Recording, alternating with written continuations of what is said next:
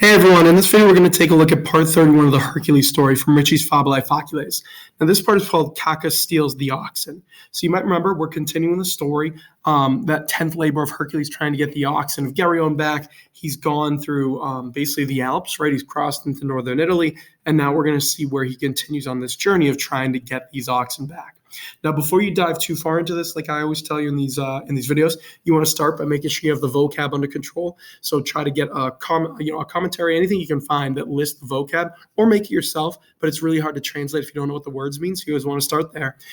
Then you want to practice reading this aloud, right? So if you can find a classmate, someone in reading it in school, whatever, try to read it to them. That way you can practice your speaking, your pronunciation. If they can read it back to you, you can work on your listening. But you never want to shut off those sort of active reading skills, and you don't want to just translate this in your head. When you start doing that, you'll catch the patterns a little more easily, and it'll just become more natural to you to read and translate this Latin.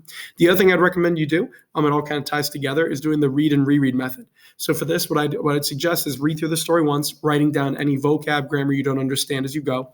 Once you make it all the way through the story, take a look at the list you made, look up any of the words you don't know, try to fill in the gaps with any grammar you don't know or don't understand, and then read the story again.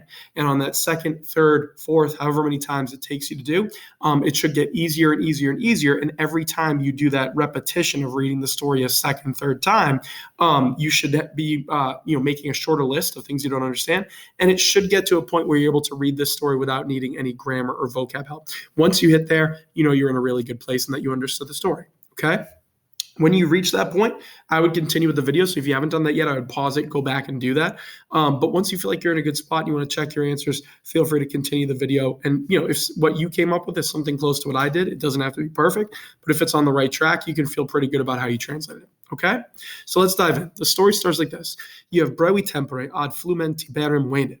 So in a short time, or soon, you might say, he came to the Tiber River. And again, it's talking about Hercules. So he came to the flumen Tiberem. Tiberem is the accusative here. So he came to the Tiber River. And if you're wondering which river that is, it's the one you're thinking of, right? Outside of Rome. So the famous Tiber River is where he comes down into Italy. Okay? Then you have tum tamen nulla erat urbs in eo loco Roma enim nondum condita erat.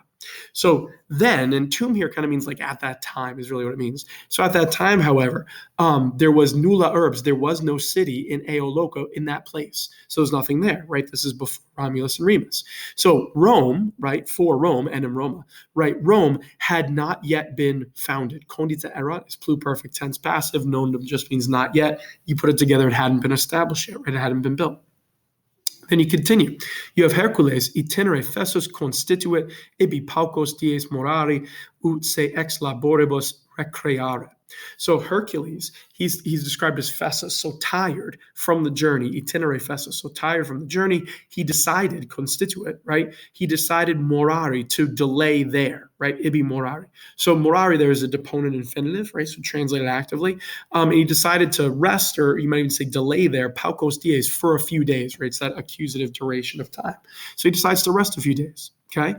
Then you end with a purpose clause so that he recrearet, he might renew himself, say recrearet, is kind of one way to translate that. He might renew or refresh himself ex laboribus, from the labors or from his labors. So he's tired. He's been doing a lot. He crossed the Alps. He decides to rest a little bit while he's there. Then you continue of haud procul avale ubi boves pascebantur spelunca erat, in qua cacus horribile monstrum tum habitaba. So not far off, right? Haud procul, so not far off from the valley, right, where he's staying. It's the valley where the boes, the oxen, pascebantur, they were grazing, right? They're eating. So not far off from that valley, there was a spelunca, there was a cave. Okay. And it's a cave in which, in qua, right? Qua is referring back to the cave, right? In which Cacus, a horrible monster, then, or again at that time, habitaba, was living. So there's a cave near the valley, basically where the oxen are going off to graze while Hercules is resting. Okay. Then you have hic speciem terribilem praebebat, non modo quod ingenti magnitudine corporis erat, sed quod ignem ex ore expirabat. So this one, meaning Cacus, this one, he showed or presented praebebat a speciem terribilem, a terrible appearance, right? He kind of presented a terrible appearance because, right, not only non modo, not only was it you could say of great magnitude. It's the ablative of quality, ingenti magnitude. So you could say of great quality, or sorry, of great magnitude of body, meaning it was very big. But it was also, kind of horrible because, right, you have the said quote, because expirabat ignem, because it was breathing out fire, exore, from its mouth, right? So Cacus is able to breathe fire, okay? Then you have Cacus autem de adventu Hercules famam acceperat, noctu igitur vene et tum Hercules dormet, quator pulcherimorum boum abripuit. So Cacus, moreover, he had received famam, report or rumor, concerning the adventu a Hercules, the arrival of Hercules. So he knows Hercules is there. So therefore, noctu, at night, he came, right? He came at night. And while Hercules was sleeping, right, dum Hercules dormit, while he was sleeping, abripuit, he snatched away quator, 4 of the pulcherimorum boum, of the most beautiful oxen, right, his best oxen. So Cacus comes and steals the oxen away. Then you have hos caudis in speluncam traxit, ne Hercules e vestigis cognoscere posset, quo in loco celati essent. So it's talking about Cacus here. It dragged away, these, meaning the oxen, right? It dragged these caudis. How did it drag these? By the tails, right? So Cacus dragged them by the tails in speluncum, into the cave. So if you're wondering, right, why would he do this? You get the purpose clause, the negative one, explaining why. What was the purpose of pulling him by the tail?